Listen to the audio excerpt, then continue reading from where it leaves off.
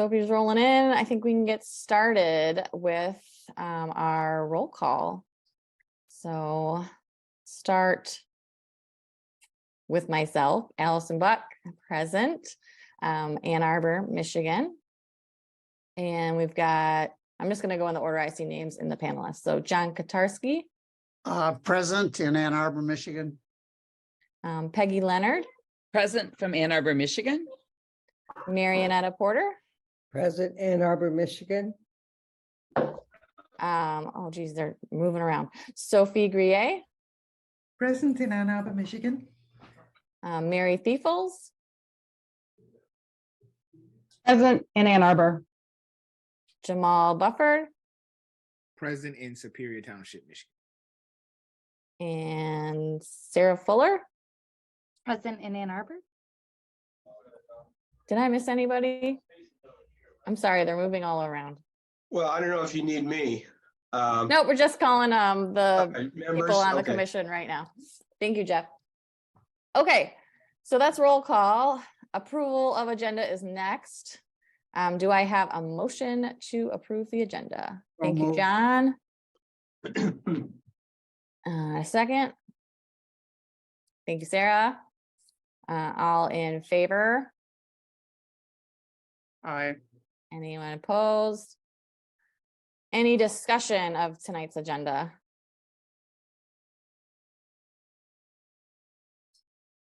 All right. With that, the agenda passes. First thing on our agenda is our public comment and our presentation.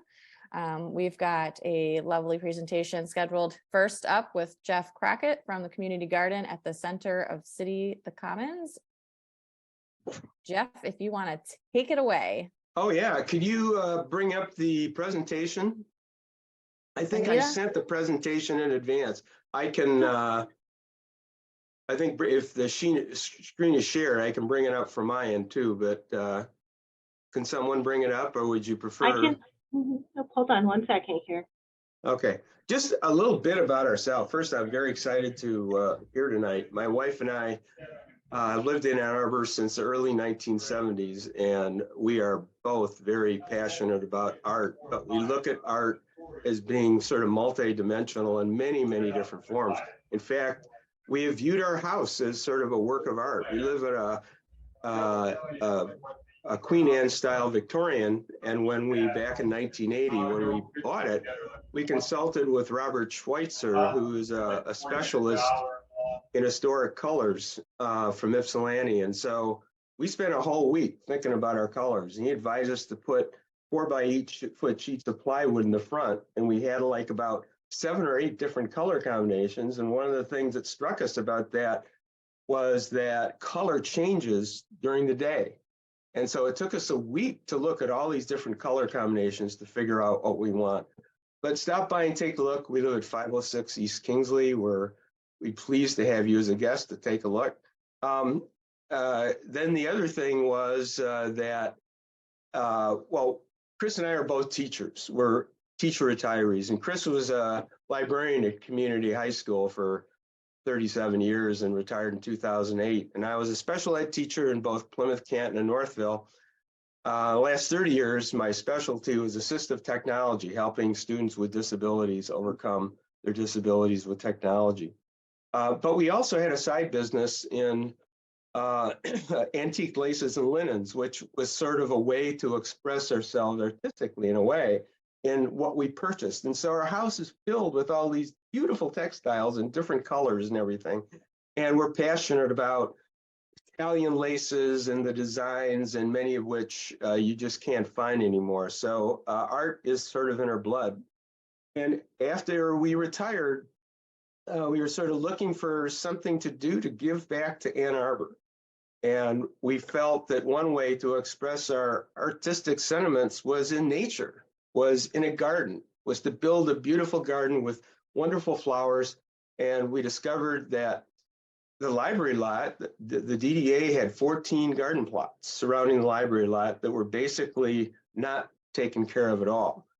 So we assembled a group of about 15 people. We called ourselves the Green Team.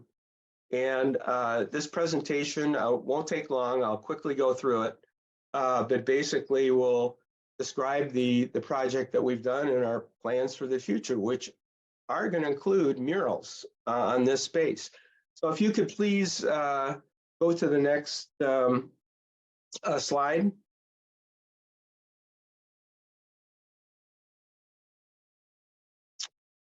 Okay, so this is the timeline of the community garden. It started really in 2010 with a community commons organizing committee. This was as a result of a proposition that was passed in 2018 to develop the library lot into an urban park and plaza. And this is sort of the timeline. I'm not going to go through all the dates, but basically the important thing is in 2021, this is when we started planning 2 different gardens. And the goal was to focus on native plants to attract pollinators. And the first year was very successful, but you know, it was really all about building community and meeting new friends, and in the process of that, creating a beautiful garden. And then, so that was in 2021. 2022, we added 2 plots of land for a total of 4 community gardens, and added a lot more plants. And we took tours with volunteers, and the gardens turned out to be spectacular. If you could proceed through the next slide. And it's about people. So we had basically Project Grow and Wild Ones involved in helping to create these gardens and sustain them. And Joet Rioma is on the right, on the slide on the left, who is from Project Grow, and he was basically our advisor. And Marta Minaldi is in the center from Wild Ones. So we've learned just an awful lot from both of these community groups. If you could move on to the next slide, please. Okay, and this is, it really was sort of a year-long thing. We started off in the beginning, and before the plants were planted, we had to clear away everything with mulch, and we were all just super pleased to be involved. Next slide, please. Irrigation was a real challenge on that space because basically we needed to hook up a series of hoses, and we got help from Jerusalem Garden to do that, but it was not an easy task. But as you will soon see, the whole endeavor was very successful. If you could move on to the next slide, please. We've also involved in activating the center of the city with a number of different events. One event last year was Earth Day on April the 19th. That Earth Day is going to occur again this year on April the 22nd. And we hope all of you come and listen to the different presentations.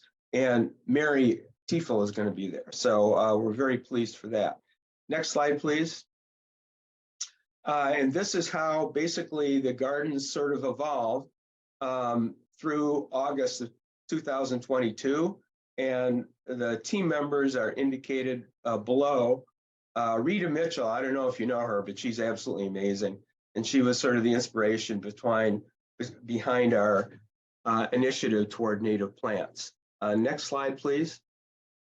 And we partnered with the DDA on this, but the DDA had some money problems in sort of maintaining the plants. And so we offered to help them, and they did come through and finally weed the plants, but you can see that these are not native plants though. So we're hoping that the vision is to take these 4 plots and expand them to get different community volunteers engaged. So imagine like in Plymouth, I don't know if you've seen Kellogg Park, that they have a whole number of different sponsors and sort of an adopt a plot kind of thing, where you have community groups and businesses adopt a different plot, and it's about community engagement. And we're hoping to expand the engagement part to all 14 plots. We think it will be amazing. And everyone who's engaged can have their sign. So it'll promote local businesses and organizations. Please continue. And this is sort of the result of a lot of the different plants that grew, and the color, as you can see, just a wide variety of colors. And to us, the result was spectacular. Now, the beautiful thing about native plants is they're very hardy. And so while it took an enormous amount of time, the first couple years, each year gets less and less.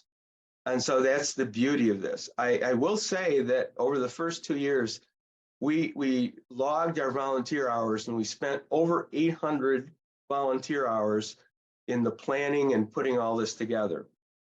But we loved it. Next slide, please.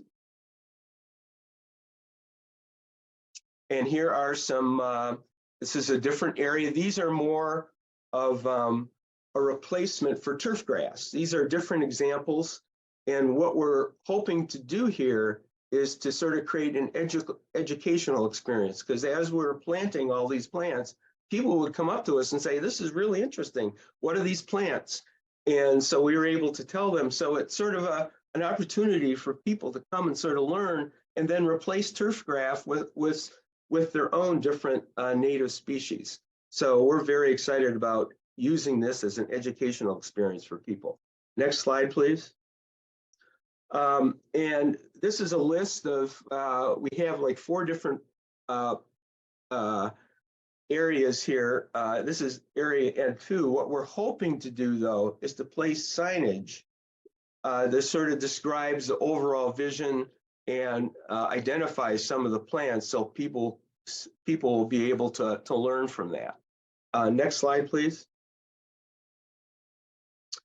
And I won't spend much time. This is just another example of some of the mature plants that are here. New England aster and black-eyed Susan. Next slide, please. And more photos of these different areas. As you can tell, this is later on in the summer, so the flowers are going like crazy. And so we're very pleased. And the strength of all this are our donors. So just imagine all this was done with 0 city dollars. Everything was donated. Not just the time, though, and the individuals. Notice all the different individuals that were involved, plus a foundation, plus 5 local nurseries. And this is only going to continue. So it was very heartwarming to see all these different people getting involved. And for everybody here, it was basically about giving back to Ann Arbor. Next slide, please. So that's what's been done up to this point, but we're looking ahead for 2023. Next slide, please. And so we're saying, we're proposing signage, but we're also saying we're looking for volunteers to sort of expand this.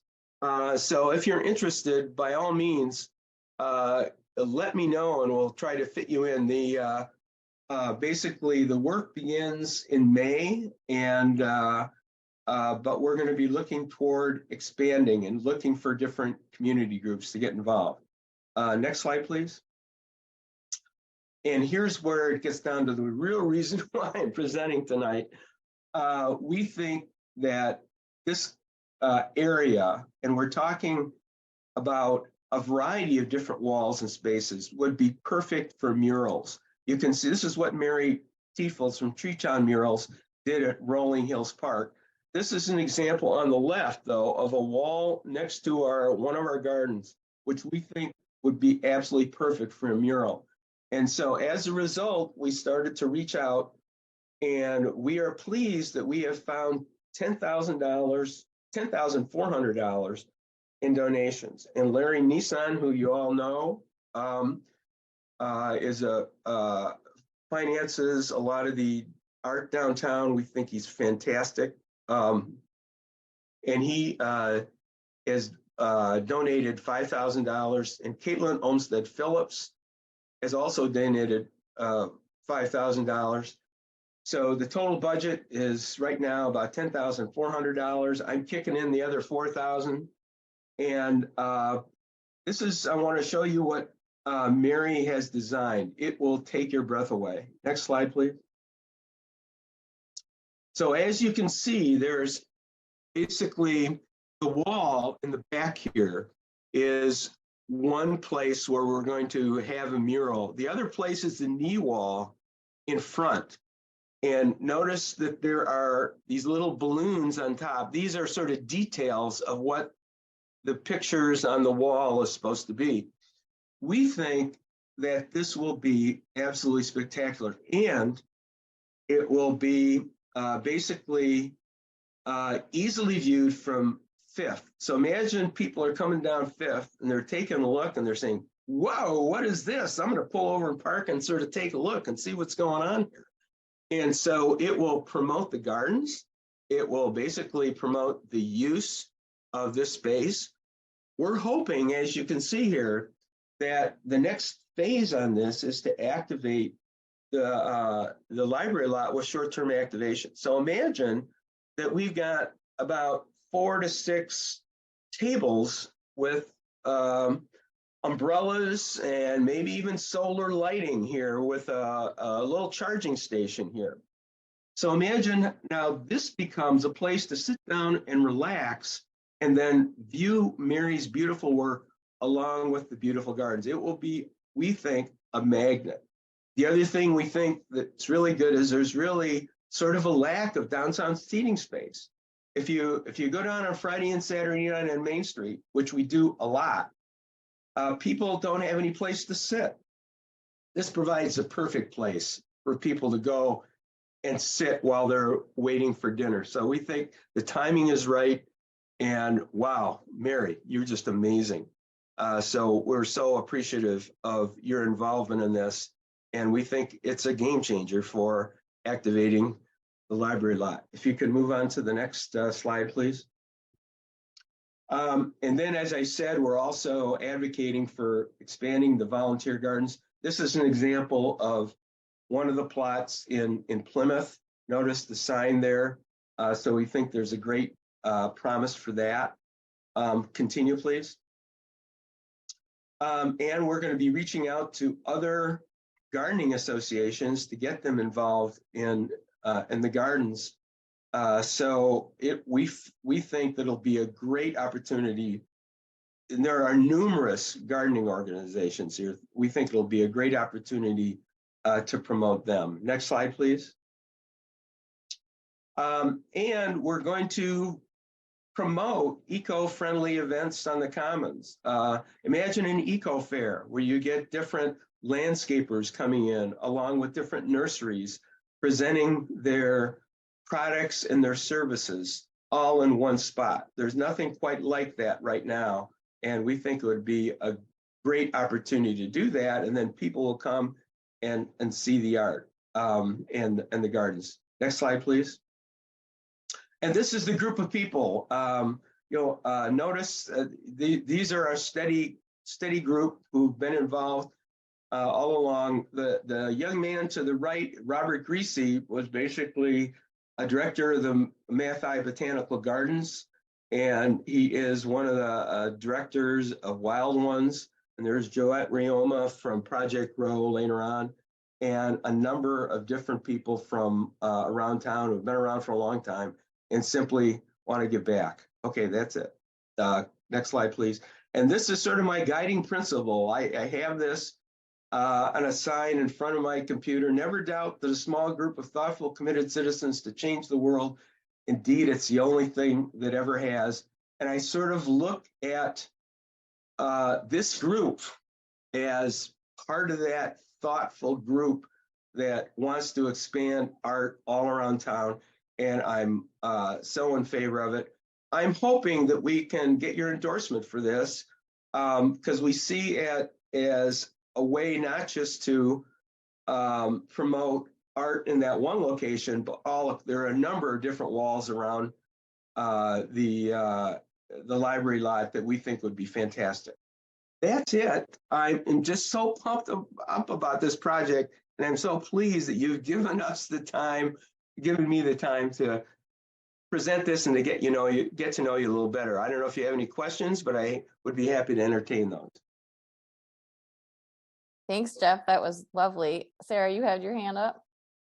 Yes, I wanted to ask about the volunteering opportunities in May. If you're looking for businesses or organizations that could kind of come as a group to help, or are you looking more for individuals, or what do you kind of envision for that volunteering program? The priority probably would be with groups. We have about 15 people, so we're looking for maybe a group to sort of take over an additional plot. Now, we've also, the other thing, by the way, is I've been consulted with Derek Delacourt, the Assistant City Administrator, and he's given us approval. We do need to get approval from the city to sort of do this. He went to Milton Mahoney, and he has said, good. What they're doing is having their lawyer basically submit a memorandum of understanding. It's the Library Dean Conservancy that's a fiscal agent for receiving the donations and the money and who will be paying out. So we're going to be getting that memorandum of understanding soon. But Derek said he is just all in favor of downtown art. So just if you don't know him, he's an ally for you. So I would basically go to him if you have any doubts about this. So he was very enthusiastic and I was very pleased. I would suggest, Sarah, if you have questions, email me later, jeffcrockett8@gmail.com. I'd be happy to follow up. Mary, you have your hand up. Go ahead. Yeah, thanks. Thanks, Jeff. Appreciate your presentation. Looking forward to the collaboration.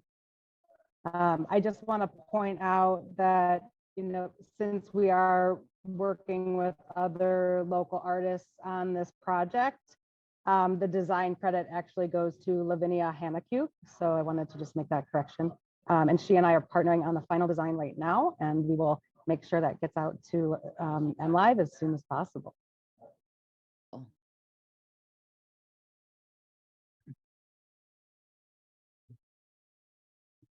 Any other questions or comments? for Jeff? Recording in progress. Well, I would encourage you all, if you want a tour later on, the high point of the season is probably in July. So just let me know. I can give you a tour. I'd be thrilled to do that. But once again, I appreciate your time. And you guys all take care. Thanks, Jeff. It looks like a really exciting project. I can't Great. wait to see it come to Yeah. fruition. Exciting. Thank you very much. Thanks. Although not on the agenda, I hear we have another public comment from Nan. Is it Plummer? That's right. Go ahead, Nan. Oh, thanks. Thanks, Allison. And thanks everyone for having me. I'm with the Treeline Conservancy. I'm the executive director, the first one and the only employee, well, the only full-time employee. I have an indispensable part-time colleague. And I'm here tonight really just to introduce you to the trail if you don't know about it, and to learn from you how I need to proceed for a hoped-for art project at a particular segment of the trail along 415 West Washington. And I don't have a beautiful presentation like Jeff's, but I'd be delighted to come back with the whole darn thing and show it to you next month or whenever is best. So I'm actually an arts person who's lucky to be working on this very interesting trail project, which will connect Ann Arbor from the river to the stadium area through 200 years of urban density along the line of the buried Allen Creek. And this, like the Center of the City project, is a citizen-led one. We're a nonprofit since 2007. We're part of the city's master plan, which gives us some gravitas, and work under a collaborative agreement with City Council. So it's challenging, it's wonderful, but this will be a multimodal walk, bike, trail for all ages and all abilities that will connect the new riverfront development, the Arco Cascades, the border to border trail with a continuous path, occasionally elevated through the heart of Ann Arbor. From the beginning, art was designed to be part of the trail. It can't be a city park, although it will be the city's asset. We're committed to raising the money to fund it in perpetuity to pay for its maintenance. But the idea of this as a linear park, especially as it goes through some blighted city-owned pieces of land that are urgently in definitely desperately in need of redemption, has given rise over the decades now to some really wonderful ideas for green space and artful space. So the site that I'm here to ask about tonight is 415 West Washington, and I'm sure you've heard a little bit about it. And I'm going to rewind with my arts resume just a tiny bit. I trained at the University of Michigan. That's how I came to Ann Arbor, and worked in art museums for most of my career in Little Rock, Arkansas, after the art train, which was my first one, and the University of Michigan Museum of Art in Toledo. I led the Arkansas Art Center and followed that on with directing LexArts, which is the United Arts Fund and Arts Council, local Arts Council for the Lexington Fayette County government. So that too was a collaboration with the city, and LexArts was and is in charge of city connected public art projects all over Fayette County. And we also worked, LexArts also works with other entities, private individuals, but for example, the Lexington Health Department wanted a mural, and the city will give over walls and other wonderful spaces for murals. Public sculpture has been part of that effort as well. So so I come to this particular project with a lot of enthusiasm and some real appreciation for your work. I also sat on the Arts Commission in Little Rock in an unfunded, minimally staffed body. So I know your challenges maybe a little bit. I'm grateful for your work, and your work has been visible, and it's very exciting to come back to Ann Arbor and see it much more artful than it was when I lived here the first time. So 415 West Washington, some of you know, is the lot across from the Y. It's a DDA funded or operated parking lot on a site that contains derelict semi-industrial buildings, a very precious chimney, which is home to Chimney Swifts, a brownfield, a pre-entitlement plan for public housing, and a test trail for the tree line, which is supposed to go through this site when we actually begin to build the trail. And we've been operating a test trail there, which is just a 15-foot lane marked off from the parking lot along the railroad track that also passes through the site. And we've been working on the railroad embankment to eradicate some extraordinarily healthy invasive trees and plants and reintroduce native plants, especially pollinating ones. And we're learning how to remediate soil. Again, this is a stretch for us, but we're fortunate to have a person with a horticulture degree on the board, and my coworker has a landscape architecture degree. We have an urban planner in our orbit, so we've been very fortunate to have some advice and some great good fun on this site.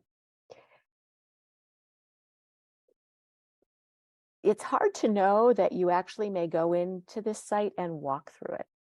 And so we have been hoping to activate the pedestrian entrances onto this 15-foot wide strip up against the railroad, across from the Y, and then also on Liberty Street, right across the street from the Taubman School building, with some kind of temporary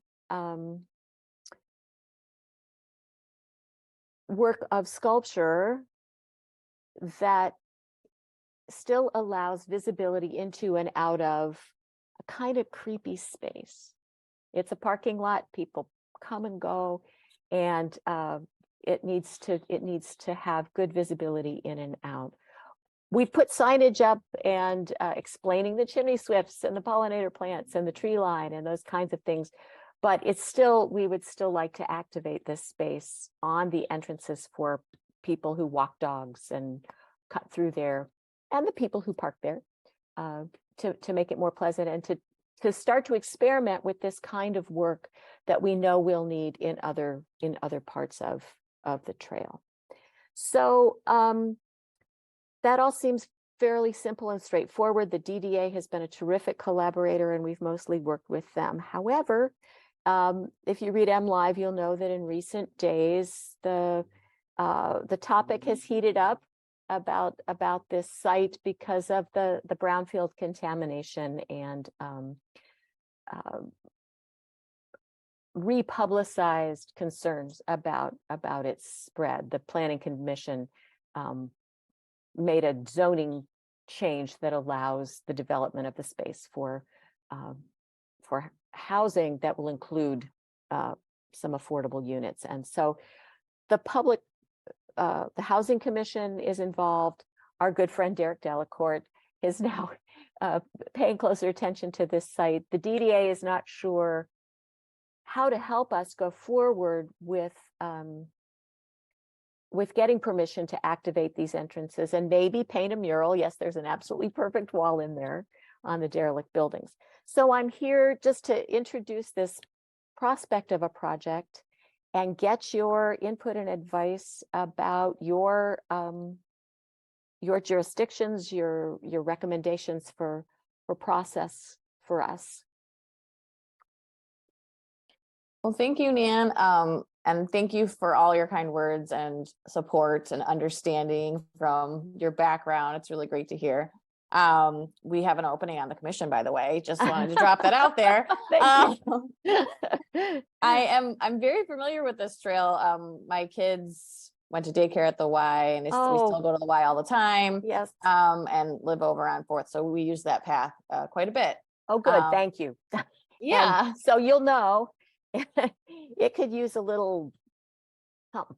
Yeah, I mean, right now it's kind of like a gravel path, but I think you guys have done a good job as far as putting up signage and information for folks to learn more with QR codes, et cetera, to kind of get a feel for the space. I have a question though, in general, just if that space is developed, does that help you guys to help get that space converted into your path, or does the development compete with your ability? The development does not compete. We are, just like the chimney swifts, a condition imposed upon the eventual developer. Okay. This is the tree line path. This is in the master plan.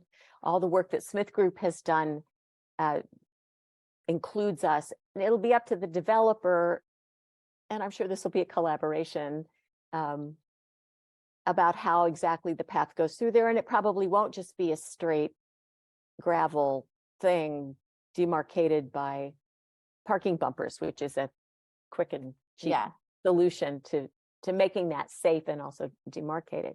It will be beautiful, permeable, landscaped, something that is for the folks who live there, not only a way through the space, not only a way other people come through, but also a kind of park space. So yeah, I think it'll be an enhancement to that site and a great way for the tree line to serve the community.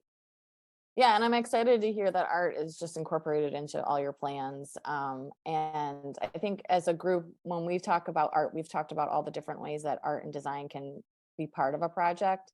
Whether it be through lights, through murals, through sculptures, lots of different cool ideas. We've also talked a lot about the performing arts and how they can bring attention to different spaces and bring light and activity to different spaces. So I'd Mhm. encourage you to include that in your thoughts and ideas as far as ways to activate that space, bring attention to that space as you're doing like your trial Mhm. activities. Yeah. In general, we have a document that talks about like the full process of putting out a call for art and all of that. Great. I would say the gist of it is we encourage you to involve the public as much as possible in that process of the selection of the art, just so that they are a part of it and can appreciate it when you get the end result, as opposed to walking onto a piece of art at the end process, so they Right. can be a part of the process. Yeah. That's the one thing we found in the years that we've been doing this that has really helped have Mhm. project be loved. That being said, public art, some pieces people love and some people hate. So that's just a given. That's art for given. you. Yeah. It is a subject upon which people can, will, and probably should occasionally disagree. Hey, conversation is conversation. Right. So I'm all for this. I'm excited for this, and just let us know how we can support and provide guidance where needed. Super. Put in our 2 cents with the city to help get things cleared out or whatever you may need. Great. I see Sophie has her hand up. I'm sure Hey, she has. Sophie has her hand up. Hi, Sophie. We have Yeah, met. I'm so glad that things are moving along on this, because it's been, what is it, experimental or something? It says, I forget the name that Test trail. it describes itself as like temporary or experimental or trial or something. Yes. Trial trail or something. Yeah. So I'm glad it's happening, and it's a great thing to have that walk through there. I was just thinking in terms of entrances and making it feel welcome, some kind of fun archway that says, hey, come in this way, is probably one of the possibilities. But also, once you get in, to feel drawn along the path, you could have something like, big painted rocks or something, and you could get different artists to paint them. If you just bring them a rock and see who would like to apply to paint one, then people would feel like they're kind of almost way stations, and that they're led along, and it might help stop cars going in the wrong place as well. It might. Yeah. That's a great idea. Another of the challenges with this space is that it's an active floodplain. And so there are state prohibitions about sort of putting certain kinds of impediments there. And in fact, it's absolutely fascinating. If you go there on a rainy day, you will see nature trying her hardest to recreate Allen Creek. Oh, you could watch the rivulets open up over a matter of minutes. And in fact, at the low point of this lot is a service hole cover, one of the famous ones that will occasionally explode up from the earth when the water pressure gets too high. But here's the thing, I trust artists to solve these kinds of problems beautifully. I am not an artist, but I trust them. I trust you. And that there is a person or a team out there that I think can do some really fascinating things with this site. And because we're piecemealing this together, we need to start small here, and it all needs to be removable, probably because if nothing else, the construction equipment that comes in there to build that building is going to tear up our part of the trail for a while. And we don't know when that will be. Before the sort of sensational headline hit MLive 10 days ago or so, the timeline was maybe there would be something going on the site at the end of this calendar year, more likely going on in 2024. But I think the heat is on, and so the timetable may be ratcheted up. What other questions or ideas do you have for me? Well, my question would be, do you really want to get into a fight with Allen Creek, and can't Allen Creek be allowed to express itself in some way safely? Oh, that has been a subject of discussion for a very, very long time, and it's above my pay grade. And a lot of this is controlled by state law and even by FEMA. Allen Creek was undergrounded in 1926, and someone was explaining to me just today that it's either a muddy, smelly trickle or a raging torrent, and in any direct, and rarely something beautiful in between. And it's unsafe for people in the middle of town in whatever state it's in, and that's sort of the prevailing diagnosis. Now in Lexington, where the city put in a something they call the Town Branch Trail, they did daylight the creek in certain places that had been undergrounded. It's not likely just because of the flood restrictions here, but it has been done so in other places, so it might be possible. And eventually I would really love your guidance, your consultation with how to begin an art plan for the entire trail, because I think what's important is, and we've all seen this, there's a thing, there's a trail, there's a building, there's a lawn, and the idea for public art is you plunk something down and there you are. I think this has potential to be kind of, as you were describing, Allison, something much more integrated. And that, in my opinion, the more artful it is from the beginning in its bones, the more cherished it will be, the more Ann Arbor it will be. And while I haven't figured out exactly how to do this, to do the process for these temporary installations, again, I can't invest too much into them at this point. In my experience, involving the community in the selection process is, whether you do an open call or you have a limited call and you let people interact with the artists and maybe even help with the installation, it just, part in an engagement process. It's that's so much more rewarding, short-term and long-term for everybody. So that would be my hope. I also think when you start in the design process with the public art, you have so many more opportunities for being creative.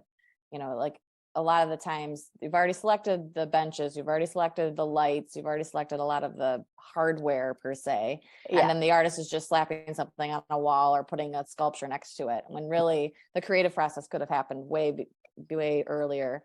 And you have so much more options of ways you can be cool and creative when you invest at that point.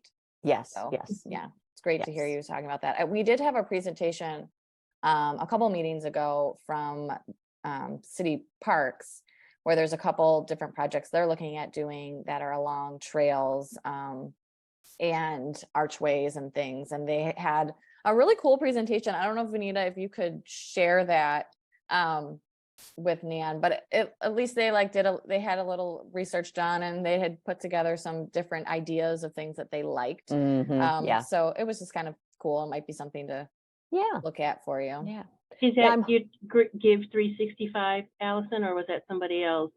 There was two people who came to our meeting and they had that one presentation with all the nature sculptures. Oh, yeah. Yeah. That one. B2B Yeah. master plan, was it not? Or What, Sophie? was it the B2B master plan in Barton Nature area? I'm not sure if it was the whole master plan. It felt more specific to the one project they were talking about that they came, but I could be wrong. I know who you're talking about. I do remember now. I get the name. Yes. It was around the Barton Nature area specifically. Yeah. Yep, that's right, Sophie. Around the Yeah, Barton Nature area.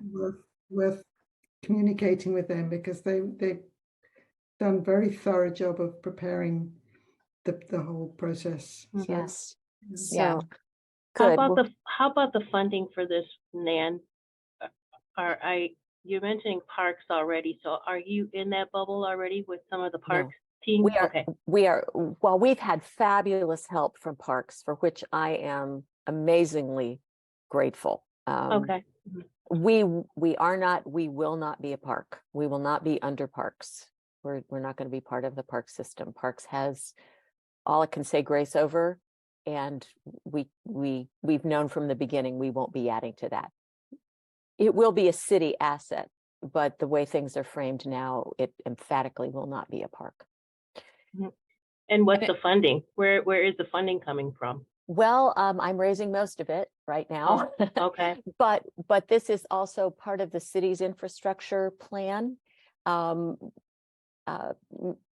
Dohoney put us into that package for a whopping $110 million.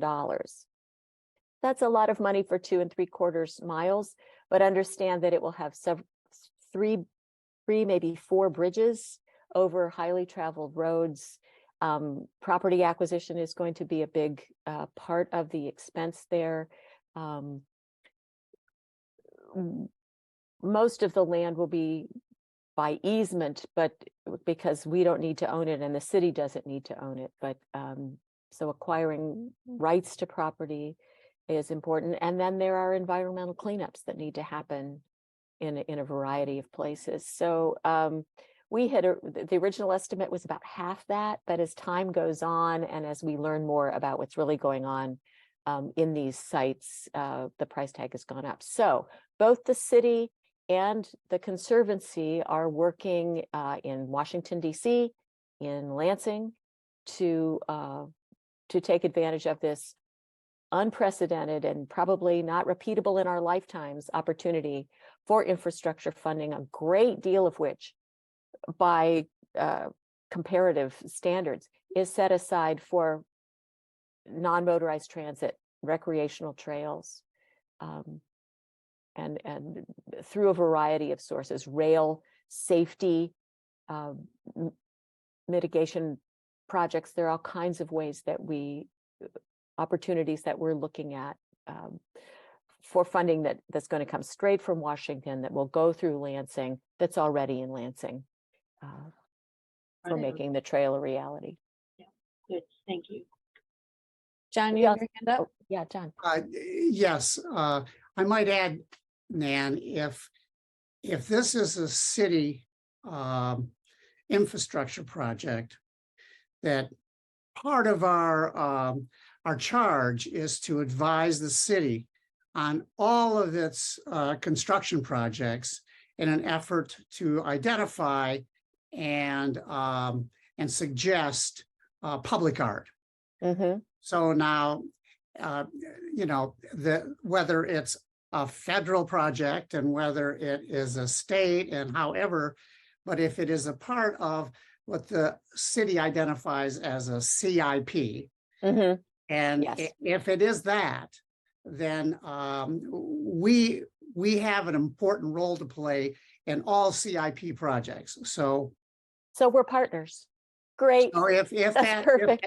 if that's the case, we can help suggest, identify, and work with you in terms of that. So we do have, and it's literally required by ordinance that they review these CIPs with us. So it's a part of a process. We have a committee that's experienced and all that sort of thing. So that's a way in which we can help. And Allison's on that committee. She might be able to add more to it. I think you covered it. I'm not 100% sure. Is it currently in the CIP, Benita? Yeah, I don't know. For some reason, it makes me, because it sounds like it's federal. No, I think, Benita, we're not in the CIP yet because we're not anywhere close to construction. Oh, And the Tree Line Master Plan did not include an implementation plan. So there's still work to be done on before most of this is shovel ready. And to be frank, one of the reasons these demonstration projects are so important is that this is hard to imagine, and it's And it's been going on for a long time. I mean, Joe O'Neill stood at the corner of First and William and with a group of neighbors who were protesting the construction of a parking structure there, and looked up and down the valley and thought, this could be something useful and beautiful. And so citizens have been involved with it ever since, but it's a very slow Right. project. I describe us as the world's oldest startup. We're still just getting started. Joe just turned 90. Wow.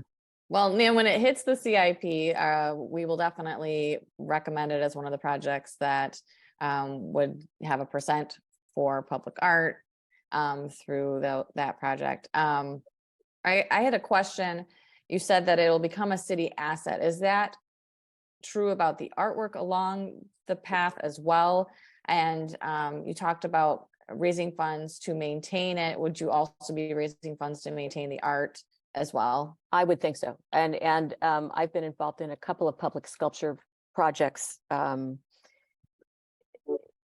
where both on the good side and the disaster side, maintenance funding has been an issue. And in fact, I heard very sadly that a very large minimal sculpture on the grounds of the Arkansas Art Center where I used to work, where we fought hard to keep the lawnmowers from bumping into it, ended up in a dumpster. Ended up hauled away by a crane and in a dumpster without anyone saying anything about it. So I'm very passionate about this. If you're going to put it there, you are going to take care of it.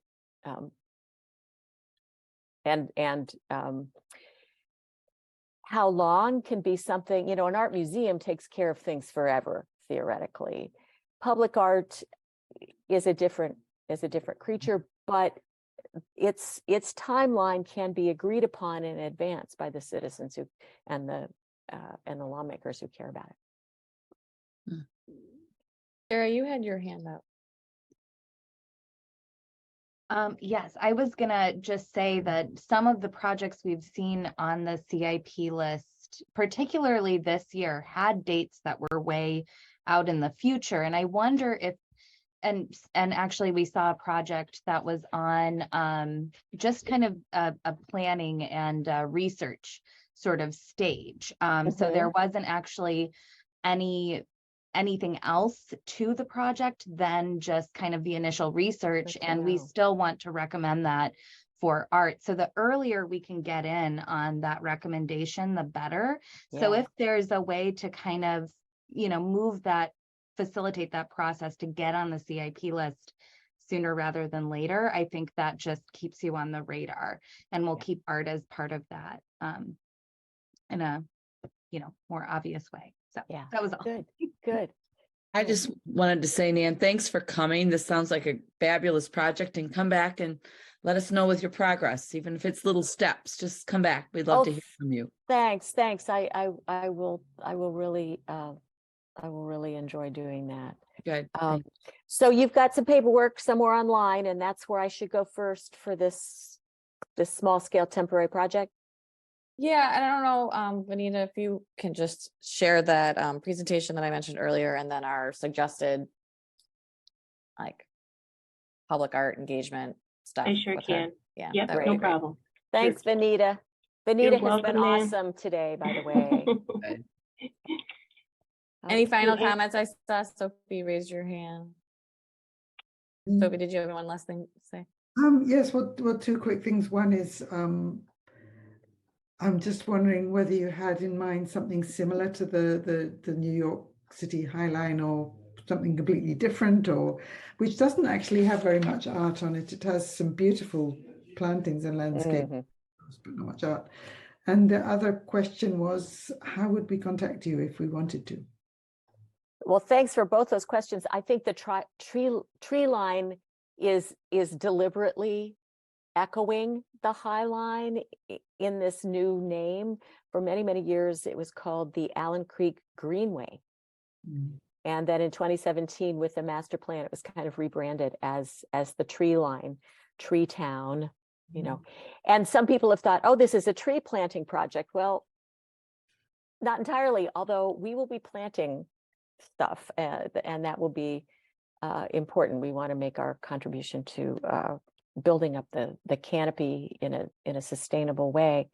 The High Line in New York, I haven't actually been there yet, this darn pandemic, but I think that one of the things, but a lot of my board made field trips. And I think what we really want to emulate is the sense that this is a very special place. There's no place like it in this city, but it's really of this city. And it, just like the High Line has become kind of indispensable as a destination, we imagine the tree line as something we can't, people won't imagine how they did without it, what Ann Arbor was like without it, kind of like a new child in the family, you know? So I think that amazement factor that accompanies the experience of the High Line is something that maybe not 415 West Washington, but other parts of the tree line will inspire. Well, thank you very much, Nan. It's been very inspiring, and I very much look forward to having you back at a later date. Thanks a lot. I appreciate you all. Take care. Thank you. Bye-bye, Nan. Thank you. All right, I think that does our public comment. Next, we have approval of minutes. Do I have a motion to approve the minutes? Thank you, John. Do I have a second? Thank you, Sarah. All in favor? Any opposed? Any discussion of the minutes? All right, those are approved then. Next we have old business, and it starts with the city flag design. Benita, do you want to take that away? These two items are just reminders that we're still moving them forward. I have a resolution that is set to go to the mayor for, I think this last meeting, are we in April, March? Last meeting for March. And then the other item is the Dingle Bridge Memorial. We've got engineering team looking at the site and trying to determine the best location for a dedication memorial located on the bridge there, the stadium bridge. And we're looking at possibly having one at both ends of the bridge over and maybe under, but I think thus far we're thinking of just having a memorial on the base of the top of the bridge.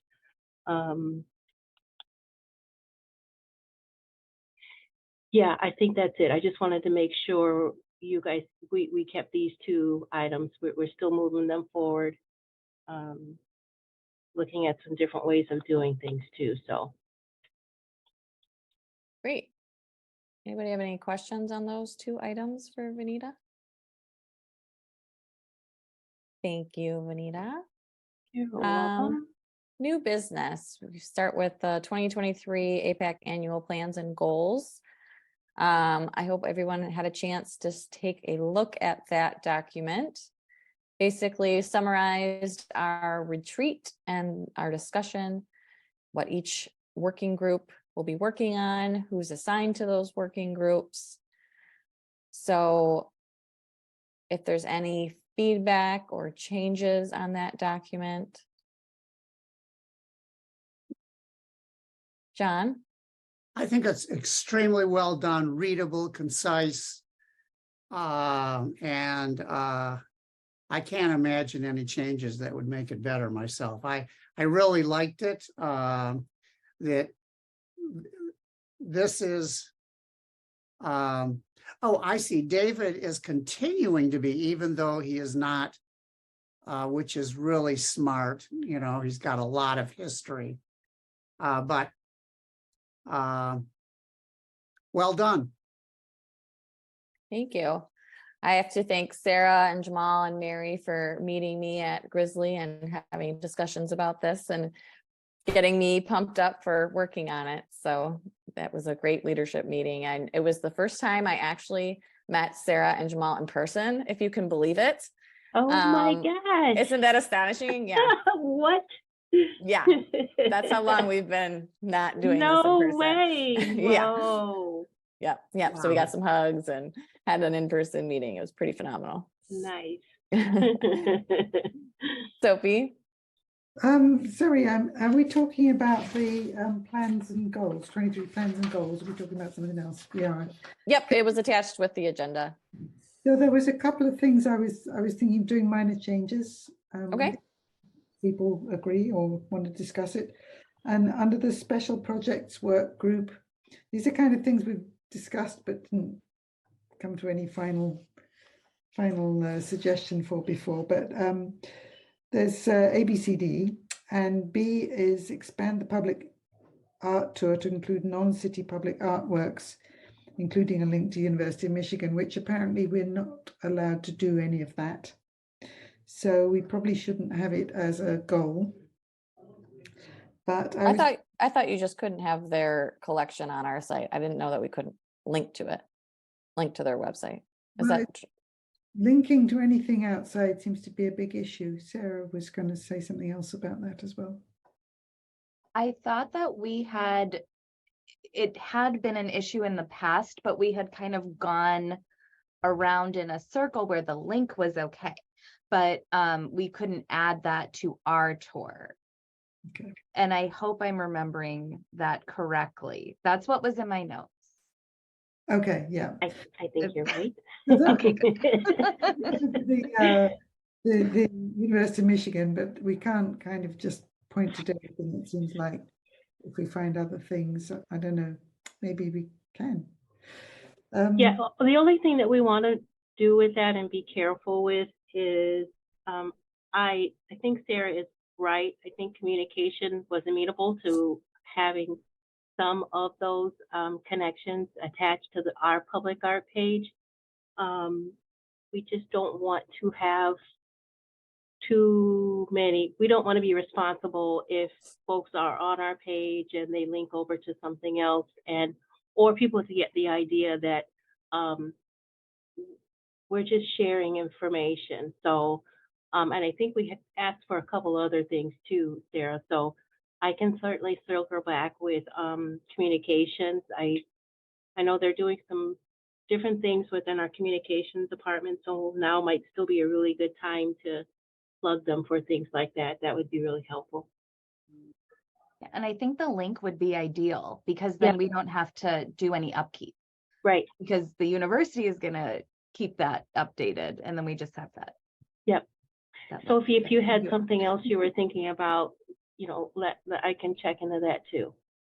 Yes, so I mean, maybe there can be a little area where we have external links, or I don't know what, something, because there are other links we were thinking of hoping to have, but I guess one step at a time, perhaps. Okay.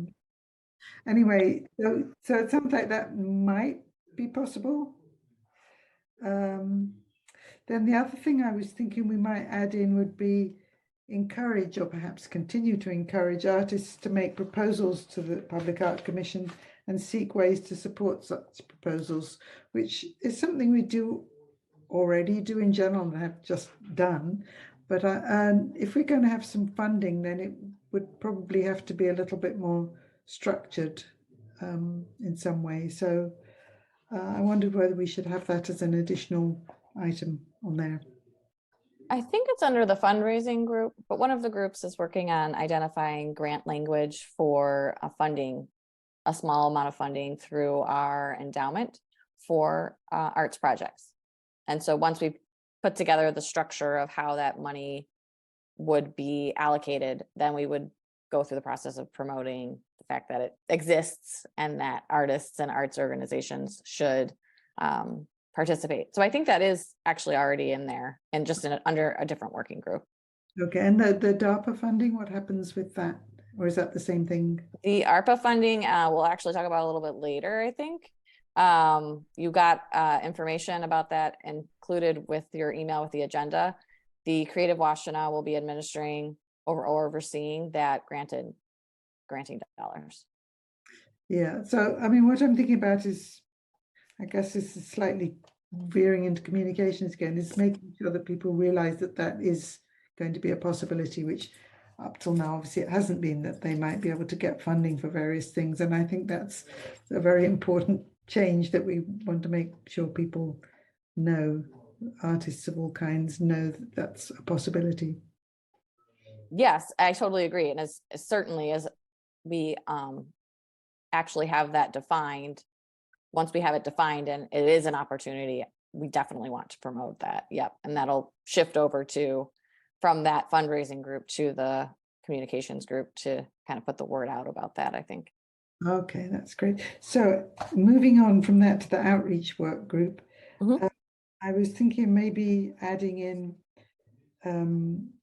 forged relationships with art-related entities, I guess, especially with exhibition or performance space to explore joint arts projects.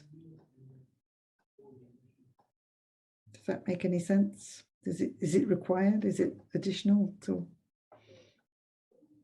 Because we were thinking partnering with, say, the library to try and get exhibitions up there, for example. But I'm sure there are many things, but I don't know whether it needs to be set as a goal or whether it's just something we hope to do in the background, or if anybody had thoughts about that. Forging relationships with art-related entities, whether it's galleries or potential gallery spaces or performance spaces or anything else. Sarah? I think, well, because I remember, kind of discussing the language around like point C, where it's like continue to support and collaborate with local artists. And what I guess we could potentially add to that would be like organizations or spaces or things like that. Because I think that that sentence is kind of saying that, but it's saying artists as opposed to artists and organizations or spaces. And maybe that's a way where we could just kind of add that language into that sentence, and that might set that intention. I could definitely make that change. John? I just have one comment. If we could go back to the special projects work group.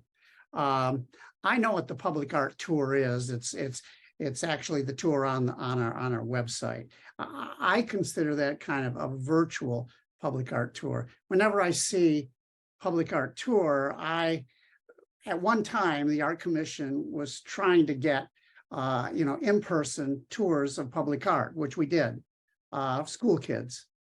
So I'm wondering if you just inserted the word expand the virtual public art tour, it would, but maybe that's just me. So if no one else, if everyone sees that as a website, fine. We did talk about that before, and I think it got pandemicked, but I don't see why it shouldn't be unpandemicked. Is that a word? Yeah. Well, no, what I'm talking about is clearly identifying as what we have for B is not a physical in-person walking tour. It's a virtual tour. So, That's what B is. I'm not suggesting we add any more. I'm just saying that sentence, to me, every time I read it, I think, are we doing, and then I realize, no, it's a website, so if I'm thinking that, I'm sure council people might also, but that's just my feedback. If it doesn't bother anyone else, leave it the way it is. So it could just say expand the online public art tour. Yeah, whatever. But we'd still want at some point, I would hope, to have real, actual physical art tours as well. Right, but let's get through this. Let's get Allison she's late a little bit, but I think everyone else is late, so we need to wrap this one up. But I can definitely clarify that language and make sure that that's specific to our online tour at this time. Great. Any other things for consideration around that report? All right, so the next thing, this report will go to City Council. We just need to vote on it. So can I have a motion to approve the agenda So with those moved. changes? John, and I saw Sarah as a second. All in favor? Anyone opposed? Okay, great. I'll make those changes and send it over to you, Vanita. Thank you, Allison. Yeah. Next thing on our new business is the art flow process. I don't know if you guys were able to take a look at that, but Vanita has invested some of her own time to come up with this great tool, and I'll let her explain it to us. Oh.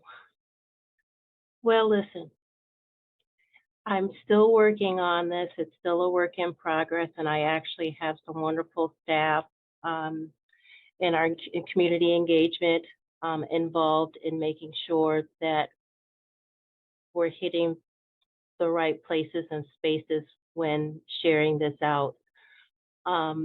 So my thought of this is having this attached to the Public Art Commission page when it's ready, giving folks a guideline and allowing them to see if I come in with this, where do I go, where do I start, and how do I move, and who do I contact? So it may still need a little bit of work, but I figured it's a wonderful place to start. If you've had a chance to look at it and you have some feedback, look at it from the perspective, if you are an art person, great, but look at it a different way and take some time to actually walk through it, make your notes and share them back out with me. My ideal is for it to be as cohesive as possible, but again, I'm still working on it. I still really think that it's important for us to have an open process for everybody to see. We get a lot of folks who call and ask the same question, and then they come and present and want to still, and our process isn't really straightforward, so it kind of branches off in a lot of different directions, and we want to make sure that they understand that there's just not a single path. We could go a lot of different ways when they come to the commission with projects and things like that. So if you hadn't had a chance to look at it, do you want me to look at it real quick, or have you all had a chance to look at it? John? Let me just make some general overall comments about both of those. First of all, it's absolutely terrific that you're doing this. This is exactly what we need to do, some kind of visual description of what it is we do and who we are, and that. And it really drills into the two things that really appear to be the big items. Let me just offer some history to both of these processes. And the first one, the programmed art, this is primarily the CIP, as I understand it. And that the important element of that CIP, and it's difficult for council and staff, it primarily has to do to embed art in the design of city projects. So it's and as a result, when you get to art selected and then artists procured, that might need to be flipped. But the point that I just wanted to make, historically, what this was an iteration of a percent for art. And the idea is to identify the potential for art way ahead before it's designed, and actually embed creative design within the artwork.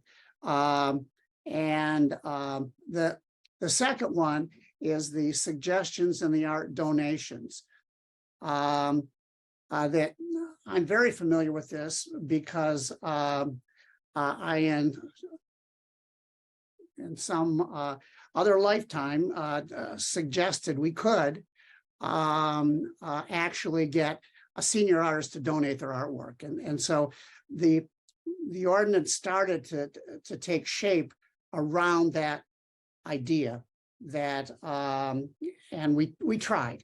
And it really needed to be, it could be still be done, but, and what happened is that people wanted to donate artwork.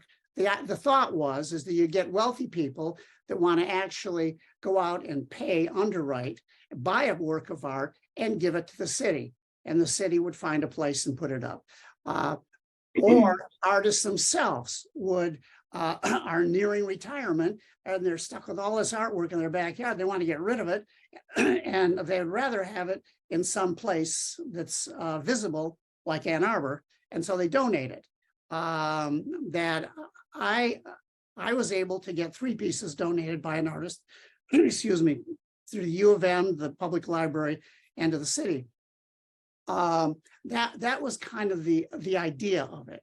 The problem is oftentimes people that had a lot of money that wanted to buy the artwork, they said, no, the only place this is going to be is in this street corner. And that just wasn't possible. Same way with the artist. Well, I'll give you this piece of art. It's worth, $300,000, but this is where I want it.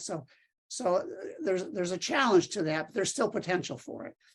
That it also, along the same lines as people started suggesting ideas, and the ideas, were some were real good, but some were really wild ideas. I know what, why don't you paint the bridge, a Broadway bridge, paint it pink, just for the day, like, okay. So it was that we put online forms for donations and suggestions. I really think that I would just keep it as donations. That if you have a piece of artwork or and I think the location, I would remove if not specified, but I can get into these ideas with Vanita, offer suggestions.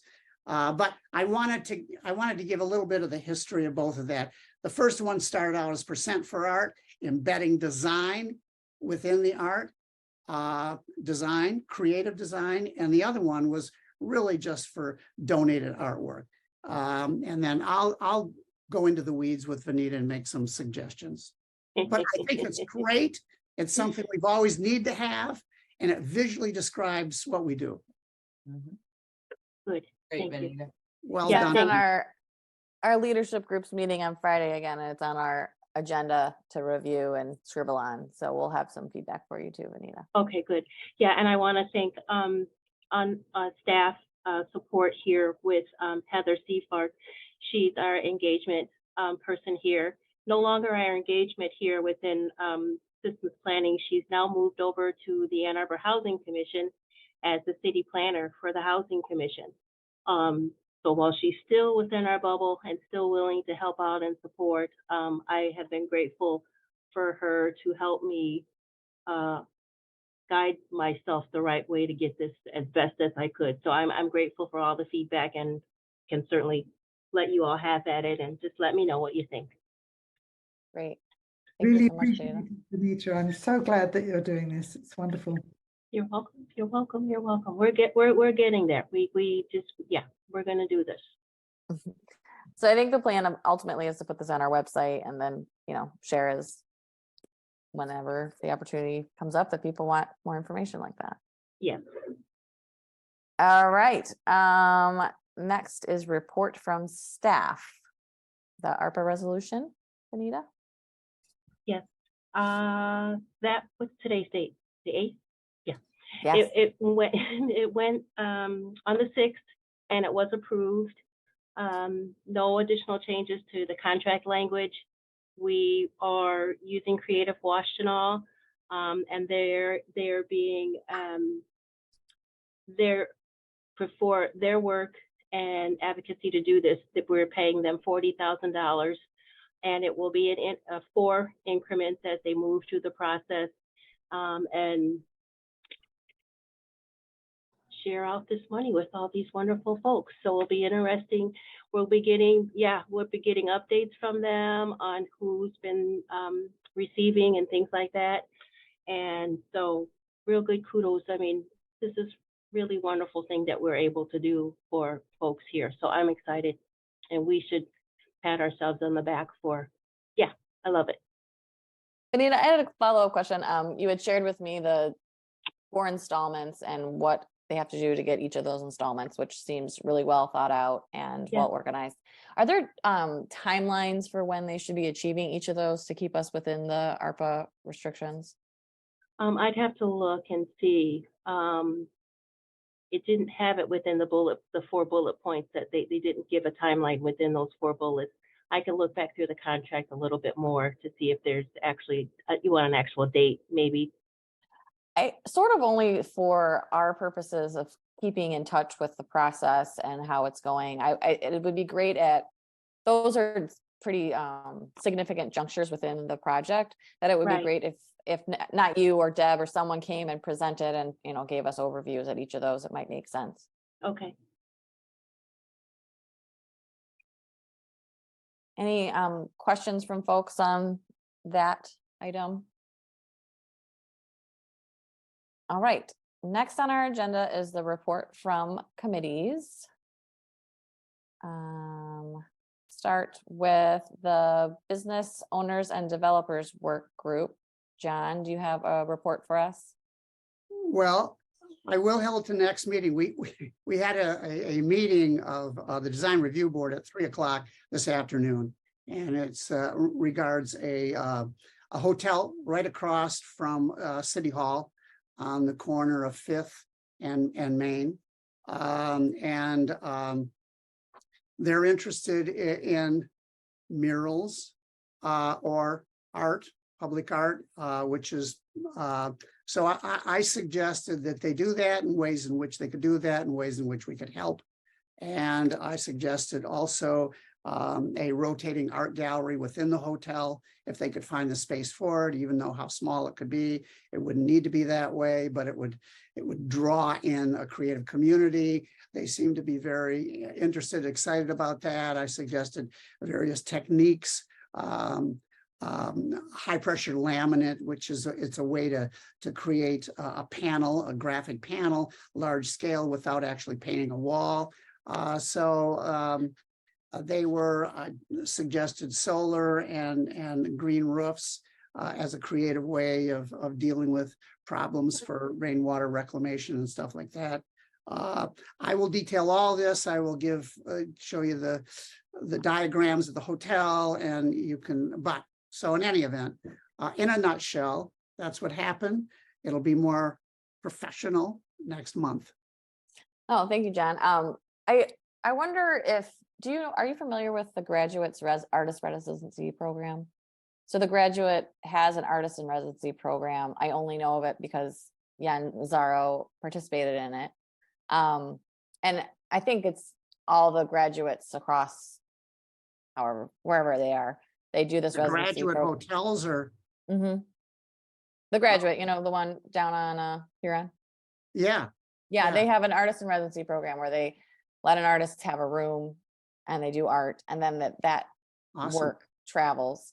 So it's just a pretty cool program, and I would love to have more hotels do that. We've talked about it as a group, like wanting to have artists in residence. So maybe another idea you can float their way.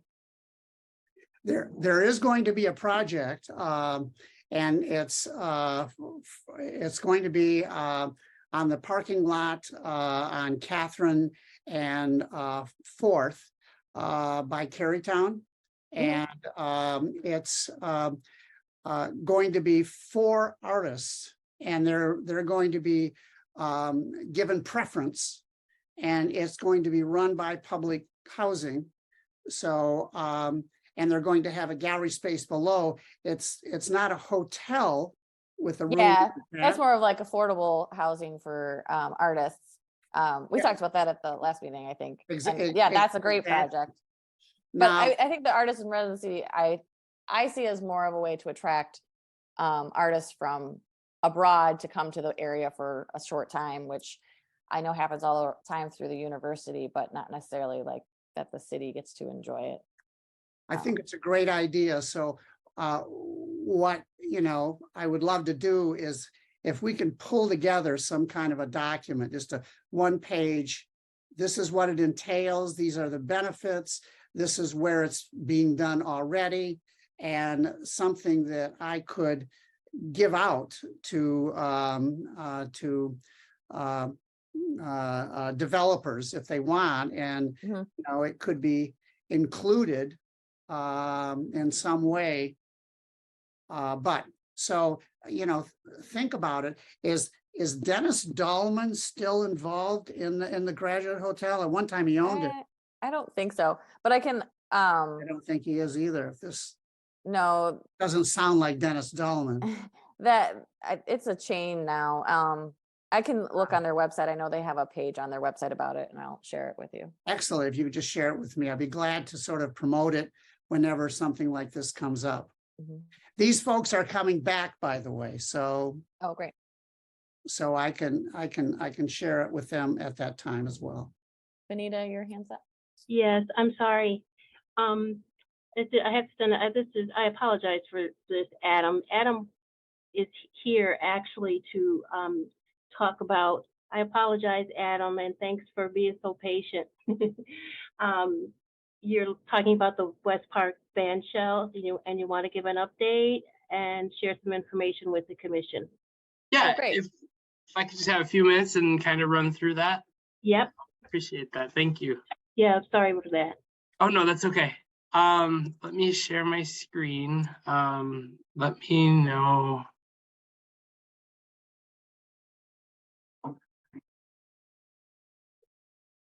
Got it. Can you see it? Okay, cool. Yeah, so I just want to talk today. I know the West Park band shell was flagged as something that you guys had interest in because we just put it in the CIP. So I just kind of run through where we're at. We're still a long way out from actually doing anything, but we will be starting community engagement on kind of looking at the future of the band shell starting this spring. So as you can see it right now, it's fenced off, it's in sad shape, and it's something we need to start taking care of here. So we're going to give a quick rundown on how we got to where we are.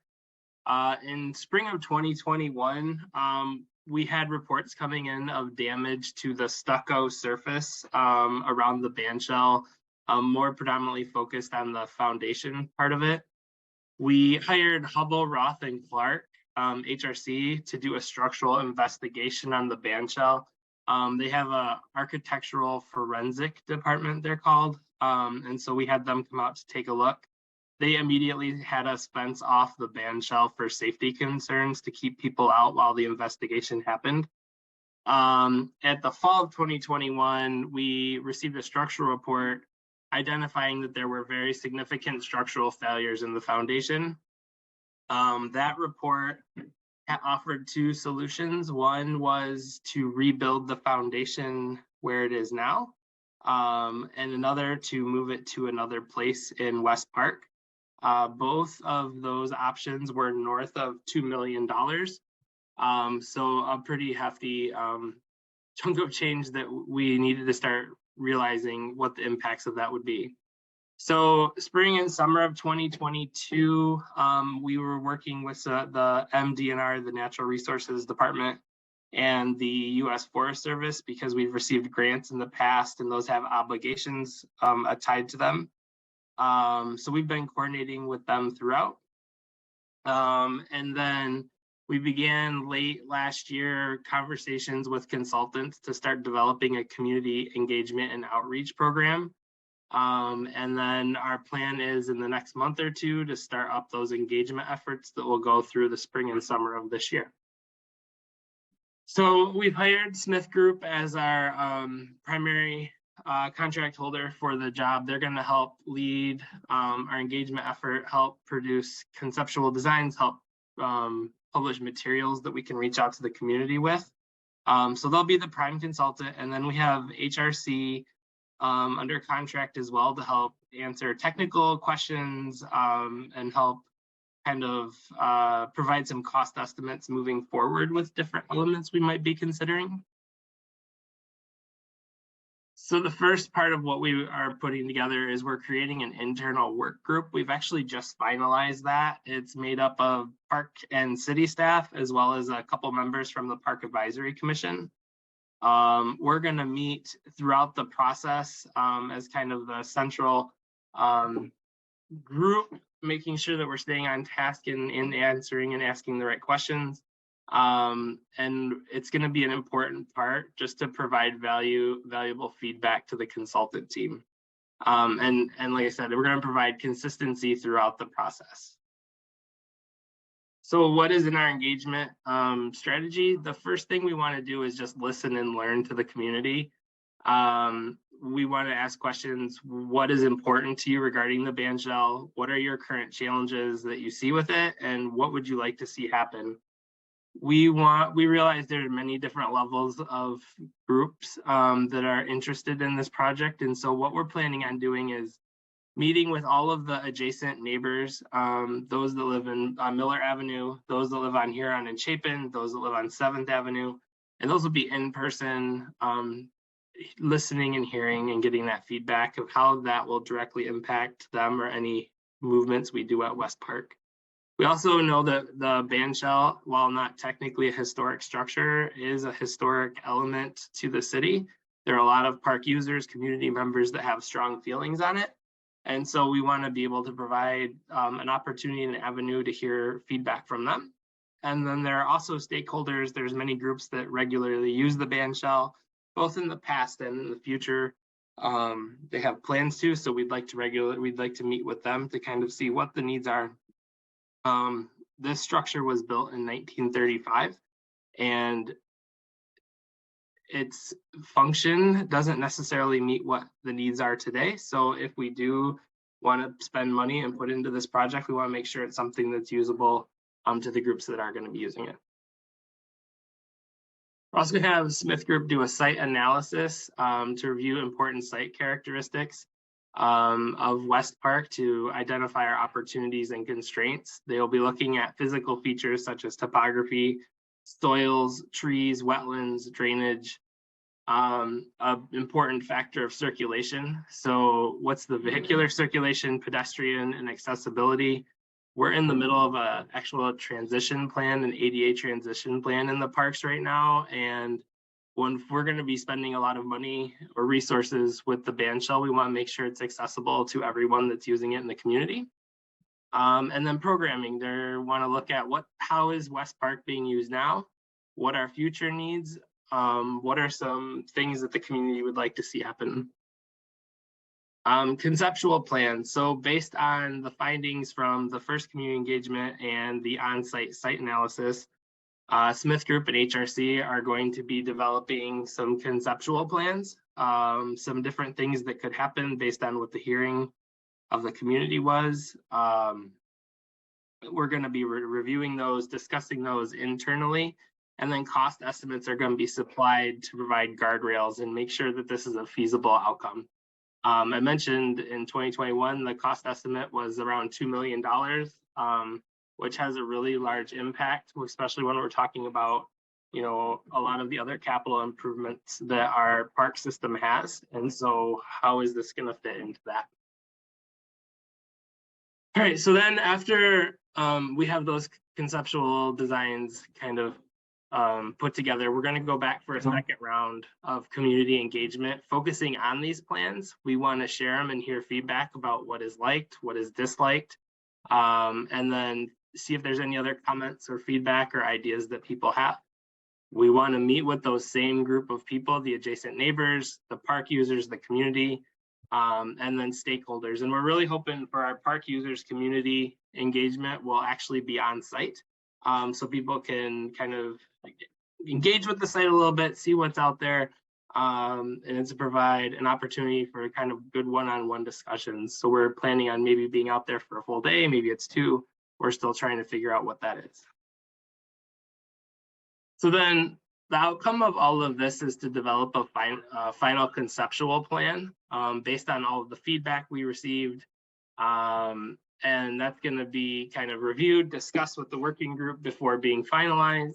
And we'll have a final report that outlines the engagement process, the findings throughout our final conceptual plan and cost estimates. And where we see this is it's going to be a useful tool knowing the direction that we're going to be going with this project. It's going to be high level, very conceptual, and we know the Art Commission really wants to be involved in it and we want to supply public art. This is the step where we feel that it's going to be the most helpful because it's going to be conceptual and we can start actually designing and putting things in physical space. What this engagement strategy really focused on now is just kind of determining the direction. I know there's a lot of people that want to see it kind of put back into place, and there's a lot of people that want to see it maybe taken down or moved.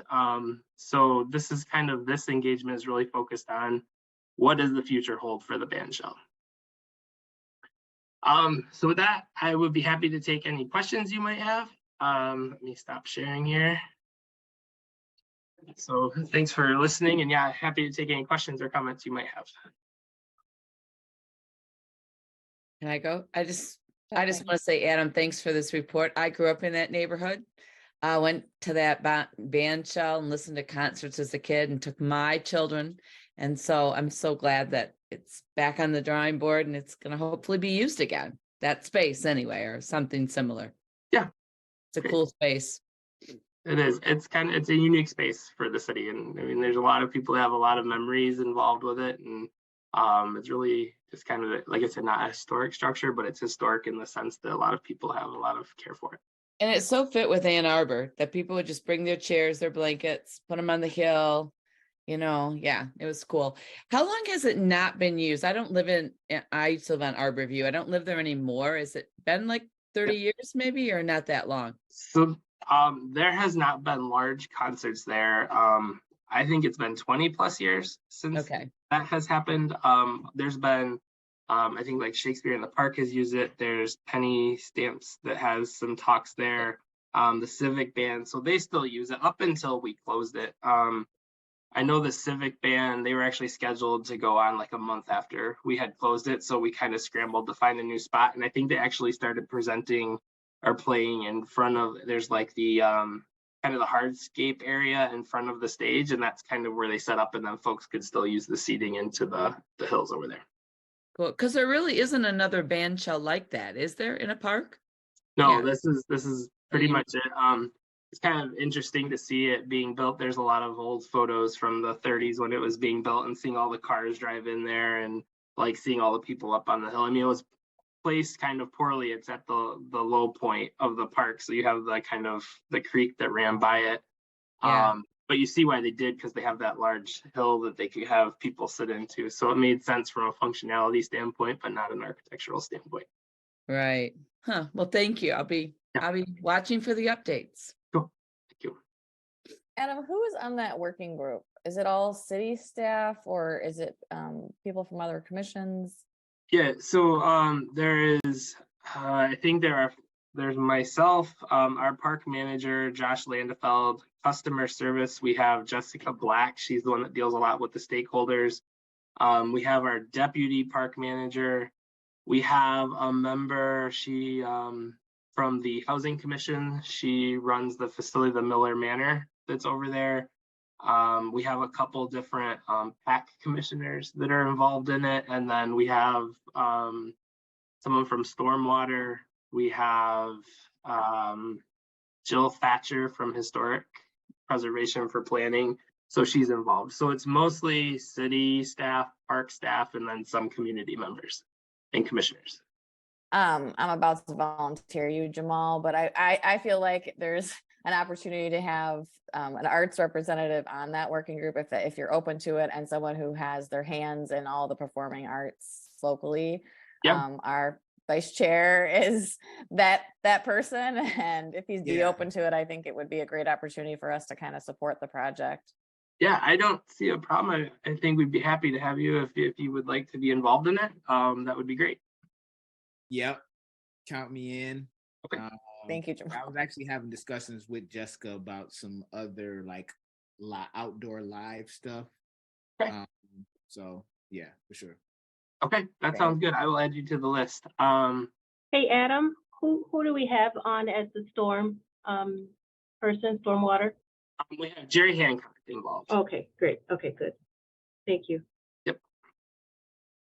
I know where Jerry is. He's right downstairs, so I can get all kinds of information from him. Yep, he will be in the know. Thank you. I have a Mariana? quick question. Do the plans are just for the reconstruction of the shell itself? Anything happening on the grounds? Yeah, so the plan might actually involve, I think some of the things we were talking is we could rebuild the band shell in place. And what that would involve is actually picking the whole structure up and driving piles, which go 20, 30 feet down into the ground to support it. We're looking at maybe moving it elsewhere in the park and then redeveloping the grounds that are around there, because we have, I think the creek was kind of daylighted through there back in the early 2000s. And then some other things I think that are on the table is if we remove the structure completely, what else would the community want to see put in that space? So we're kind of really leaving the door open. I think when you have a price coming in of $2 million to keep it or move it, we have to have real discussions with the value of it, especially when we're looking at a parks budget. And we have 163 other parks and a lot of aging infrastructure. So I think everything's on the table. So if we do anything, it is going to impact the site. Even if we keep it in place, it is not accessible right now. So if you were to have a concert or we were to hold an event there, it's challenge for people to get to. There's absolutely no parking. It's in the middle of a park. It's not a great location for large events. So that would be something that we'll have to look at. Thank you. Well, thank you, Adam. We're all excited to see where it goes. I think obviously we've been talking a lot about performing arts and how they are pivotal to our overall public art plan. And so a space where that can happen is important to us, whether it's there or otherwise. So I'm excited to be part of that project and hear more about it. Obviously, it's a huge undertaking. So we appreciate all the work you guys are doing on it. Thank you so much. Thank you. All right. Thank you, everyone.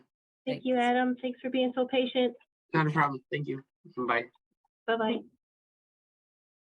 All right.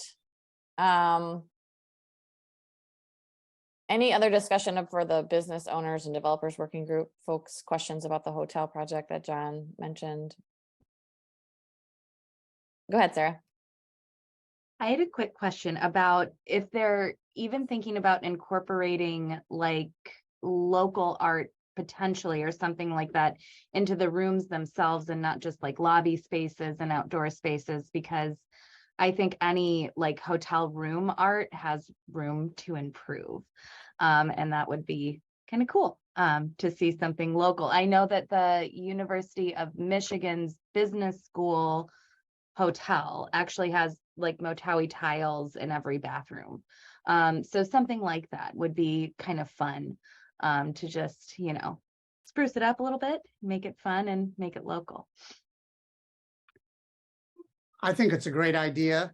Let me suggest that rather than we do it piecemeal, we actually create this idea and promote it. Just saying that, we really think, so the issue is what role should we play is just have this idea. We got a neat idea, it's open for anybody, or are we going to facilitate or how? So maybe if you could give some thought to it, I think we would be more successful rather than if I just the developer comes to the design review board before they have done anything with the rooms. So this is way before they get to the planning and all of this. Before they get anything, it's just sketchy. So it's really about sizing of the building, about things like that. What's the sidewalk look like? What materials? So this would be a little premature. I think that's what they would say. Great idea, John, but it's a little premature. So I think, however, if we could put together the idea that you just described, which is brilliant, and it would be a way in which we can support local artists. The question is what are the devil's in the details? So why don't you think about it and put together an outline, and I'm more than happy to work with you on it. Sounds great. Thank you, John. All right, our next working group is a capital improvement project working group, which is Sarah, Mary, myself, and David, who still sits on that working group. We have been meeting with our city rep, Kayla. Is that her name? I'm gonna blank right now. Yes, you're Kayla. right. Yeah, and going over all the CIP projects with her and Vanita and getting insights on what they are. And we've got quite a list going of additional projects we're going to recommend be added. They go out years and years and years, and we're putting together allocation amounts for each of those projects, and we'll have something for you guys, if not between our next meeting, but at our next meeting to go to City Council. And let's see, communications work group is next. That is myself and Sarah and Marianetta. We haven't met, but I do have an update. We were told by city communications now that we can have a Facebook page and we can have Instagram and whatever we want now. So John, if you want to rename that awesome page you've been maintaining back to the Ann Arbor Public Art Commission, you can, or we can start a new one, or however we want to do that. But that's new, exciting news that we can go forth and communicate. We just have to do it now. Don't do anything yet, John. Let me check with communications, and I will share what you have existing to see what we need to change. Okay, my sense about it is to create a new one, complete a different brand, Okay, fresh and Okay. new, and Okay. and that give how you want to handle the permissions and all that sort of thing. That would be my my suggestion, my approach, and I could keep posting in this new one, and and so that would be, I think, the way I would recommend. okay, all right. Thank you. So yeah, we will meet and figure all that out soon. That's great, and particularly Instagram. Yeah, visual platform for sure. Precisely. The next working group is our fundraising working group. That's myself and Sarah and Mary. We have not met, but we will. And that's the group that we're going to talk about the endowment and how we're going to put together some language about how to re-grant those dollars. The nominations leadership review work group, John put together a lovely report last meeting, which, or a couple meetings ago, which reported out about the leadership, and I'm sure he will do so at the appropriate time when we get there. Leadership and art placement work group. So we, like I said, we met and we worked on that report. We're going to be meeting again this Friday to review resumes for our open position, and as well as that art flow chart. The next working group is the special projects work group, which I am not on. That is Sophie and Jamal and Sarah and Peggy. Do any of you have anything to report? We have not met, right, you guys? I didn't miss a meeting, so, but we will before our next meeting. I Yes. know the Golden Paintbrush is moving along.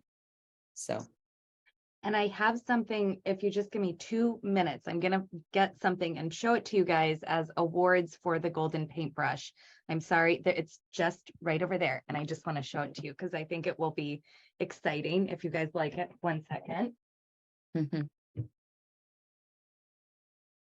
Vanita, how are we doing with nominations on that?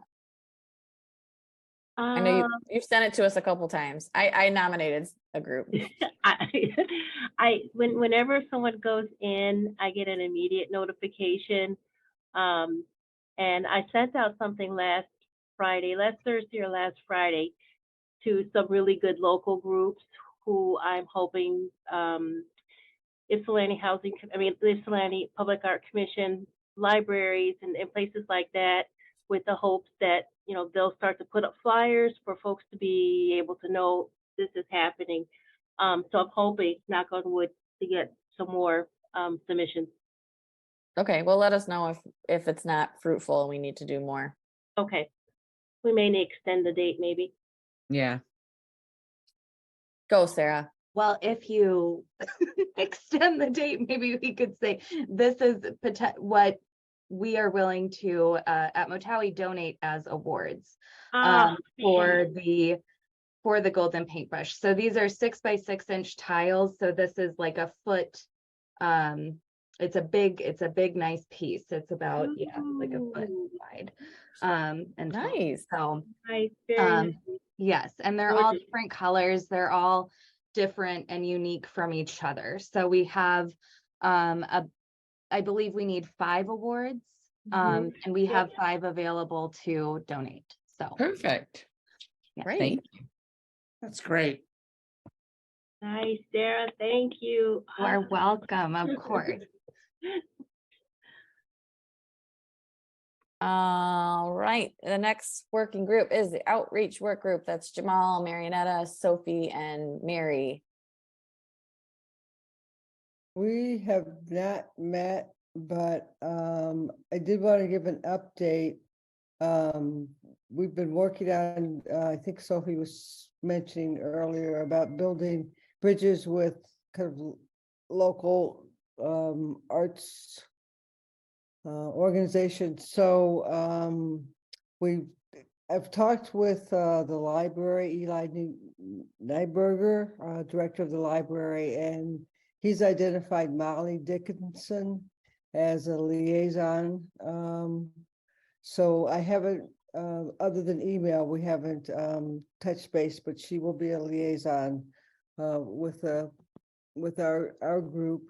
And I met this week with Thea Eck, who's the new director at the Ann Arbor Arts Center. She just stepped on board in September. And I was telling her about our group, and she would like to join us for public comment, maybe at the next meeting or in the near future.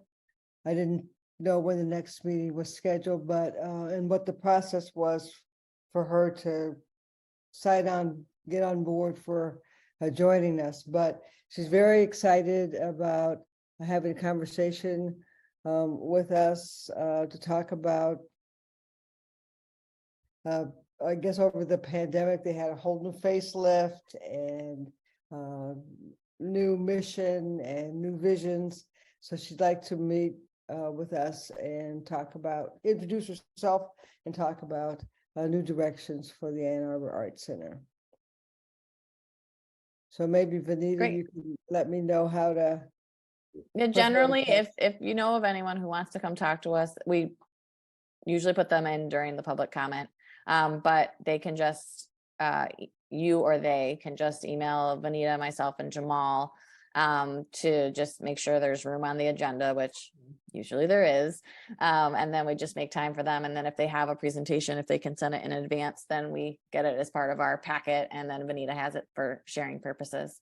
Okay. So it's pretty informal. I'll share you the upcoming meeting dates, Mariette. I'll send those to you and you can reach back out. Okay, great, thanks. Yep.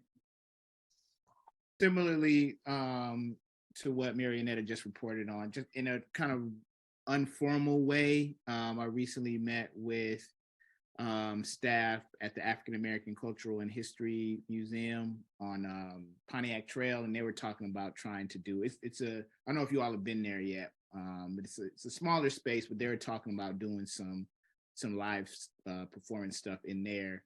So they reached out to me to just kind of brainstorm what that might look like. So nothing like not too far along in those conversations, but maybe some possibilities there down the line as well. Good. Thanks, Jamal. Great. Keep up the good work, guys. That is our last working group. So with that, the agenda has come to an end. Does anyone have any personal items or professional items they would like to share before we adjourn? I do, because March is Youth Art Month, and I just want to tell everybody that Youth Art Month is back. For those people not aware of what it is the Ann Arbor Public Schools Art Department. The various schools partner with the Main Street merchants to put artwork in the downtown businesses.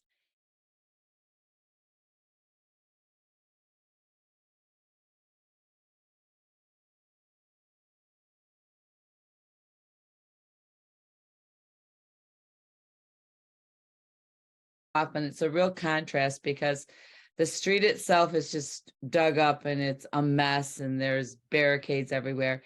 But then you turn in, you look at the businesses and it's all this bright, creative, fun work. So try to get downtown during March. Where do you get the maps?